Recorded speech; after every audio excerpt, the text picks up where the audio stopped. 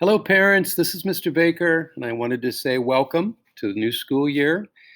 Um, I was hoping that we'd be able to, have the students in class, but it's not going to work out that way. We're going to have to start off with distance learning, and that's okay. I think we're going to have a great school year. Let me go ahead and get started in the slideshow. I hope this information will be helpful to you as we get ready to start school on Monday. So, to give you a little bit of background about me, I'm married, I have 3 children. I've been teaching 27 years now. 24 of those years have been in the Roseville City School District, not only at the elementary school level, but I taught for a while at Cooley Middle School. I've done primarily fourth grade classes, but I've had 3-4 combination, 4-5 classes.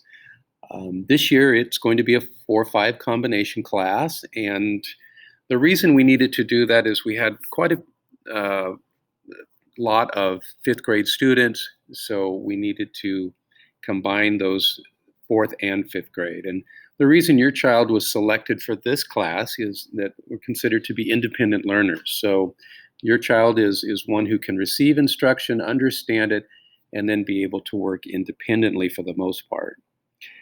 So it's quite a privilege to be selected for this class. We're excited about it. There have been some things that we're going to be doing this year that will help me as a teacher. One of those things is that Ms. Hunt will be a learning assistant. She will be helping me when I need to do breakout sessions. She'll be taking part of the class and working with them in small groups and things like that. So that's a great help. And also for the fifth grade students in math, there's 12 fifth grade students. The fifth grade teachers, there are 3 of them, they will be taking 4 students each. And those 4 students will be receiving their math instruction from those fifth grade teachers. So that's a great help. That way I can focus on the fourth graders and they will be helping with the fifth graders. They will be teaching the fifth grade students. And I'll be checking in with them from time to time, just seeing what kind of progress the fifth grade math students are making and so on. So I think it's going to be a great help. So yes, I'm excited about the school year. We do have some challenges trying to get that started, but I think once we get going, it's going to be a really rich and exciting opportunity. Just to let you know, material pickup, you can see the schedule there. If your last name is A to D, you'll need to come on Monday at 7:30 to 9:30 and so on. So take a look at that. There's also going to be some materials pickup on Tuesday, depending on your last name. Mrs. Wing is providing you an opportunity. If you notice that your child has a school library book and they need to get turned in starting today and then all of next week from 7 a.m. to 4 p.m., there'll be a box out in the front and you can put the library books in there and then she can check those in. That would be really helpful if you happen to have some library books. I wanted to talk to you a little bit about the daily schedule. We're going to be using Zoom, and I'm going to hopefully have one link that will be open all day. Doesn't mean your child's going to be in front of the computer all day, but they will come and go and use that link to access my classroom. Math and reading will be recorded. If your child, for some reason, is sick or something else happens where they can't see the core instruction for math and reading. Our expectation will be that they will be in class, though. And so let me show you the schedule for now. This is kind of what I'm hoping will take place. So let's go through Monday. This won't happen the very first day or the first week, but because we'll be doing some get to know you and just kind of help the students get oriented to Otis and some of the programs that we'll be using. But once we get things started, you'll see that the first thing we'll be doing is math.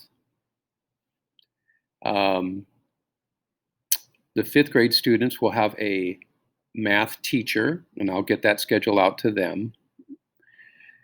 I'll be working with the fourth grade students doing math once the regular schedule starts.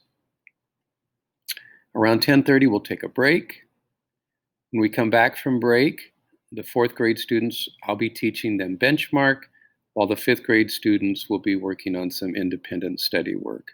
And that's where Ms. Hunt may be helpful. I may have her kind of monitor those students and answer any questions that they might have. Then around 11:20, I'll be working with the fifth grade students on their reading benchmark, while the fourth grade students do some independent work. Around 11:50, I'll be doing some reading small groups. I might do something like fourth grade on Monday, fifth grade on Tuesday, fourth grade on Wednesday, fifth grade on Thursday.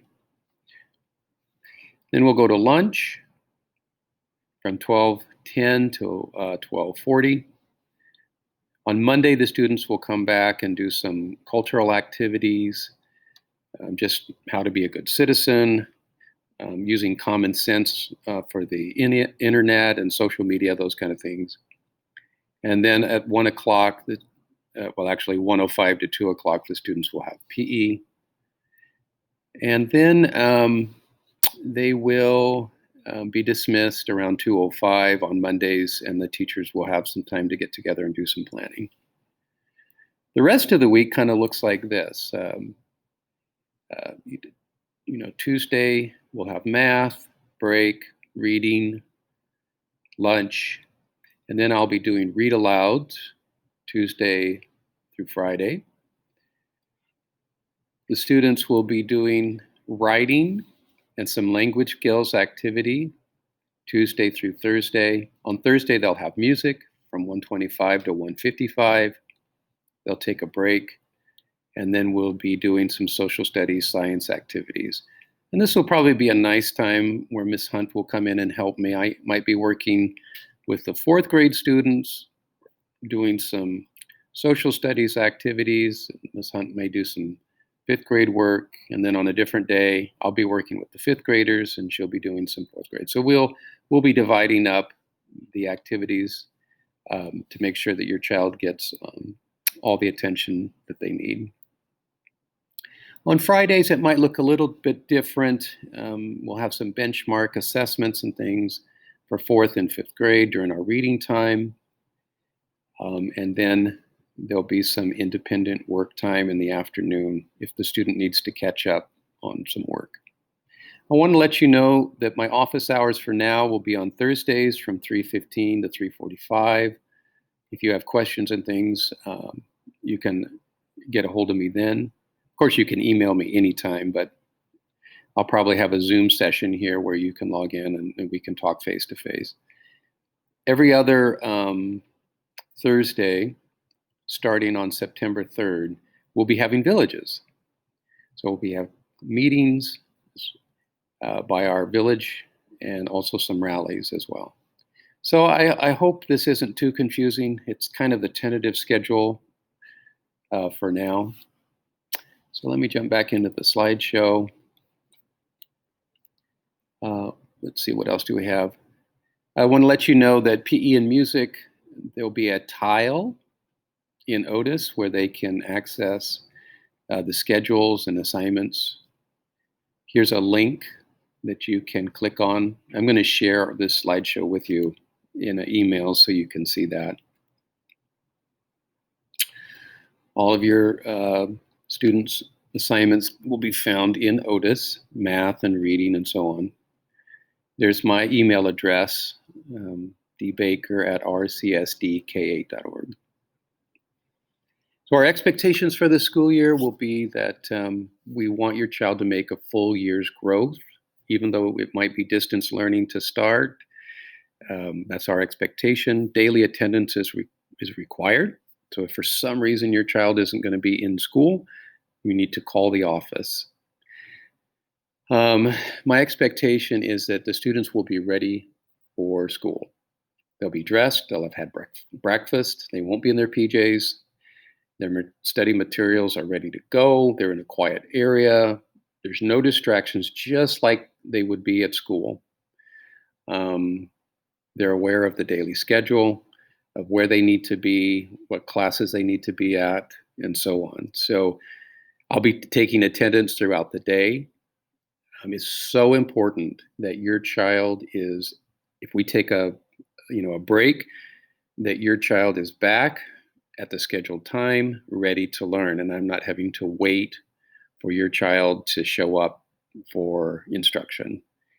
Um, just like if they went out to recess, when the bell rings, they come back, they line up, we come into class, and they sit down and are ready to learn.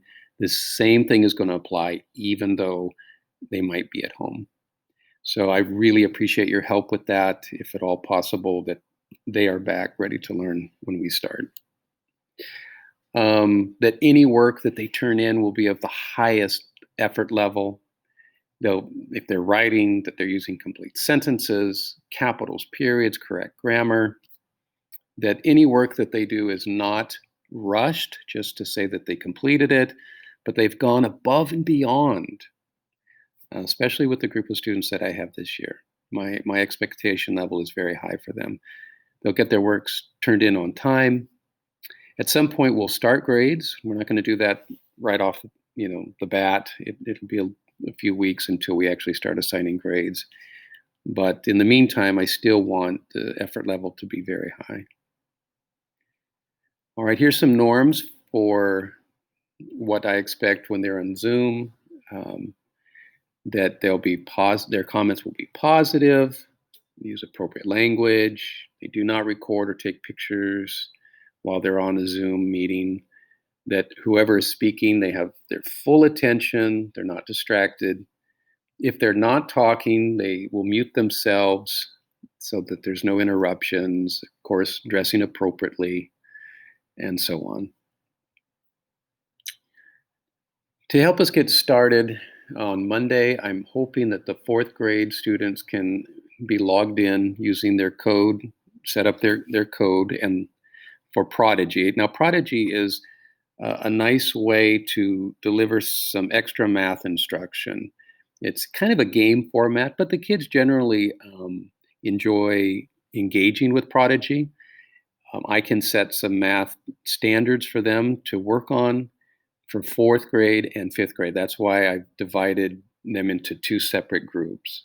Um, I'd like them, some students may already have a Prodigy account, but I'd really like them to set up a new account with me so that I can tailor their instruction.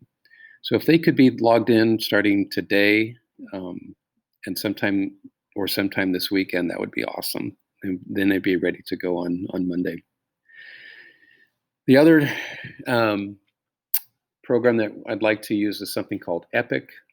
It allows the students to select some books and that they can read during their quiet reading time. So this is the login information for that. And that, since it's not grade level specific, both the fourth and the fifth grade students can use our class code to log in for that.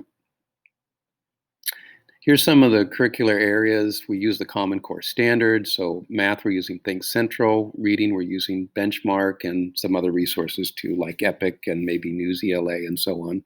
We'll be focusing on some language skills, spelling, grammar, and so on. Writing, narrative, informative opinion writing.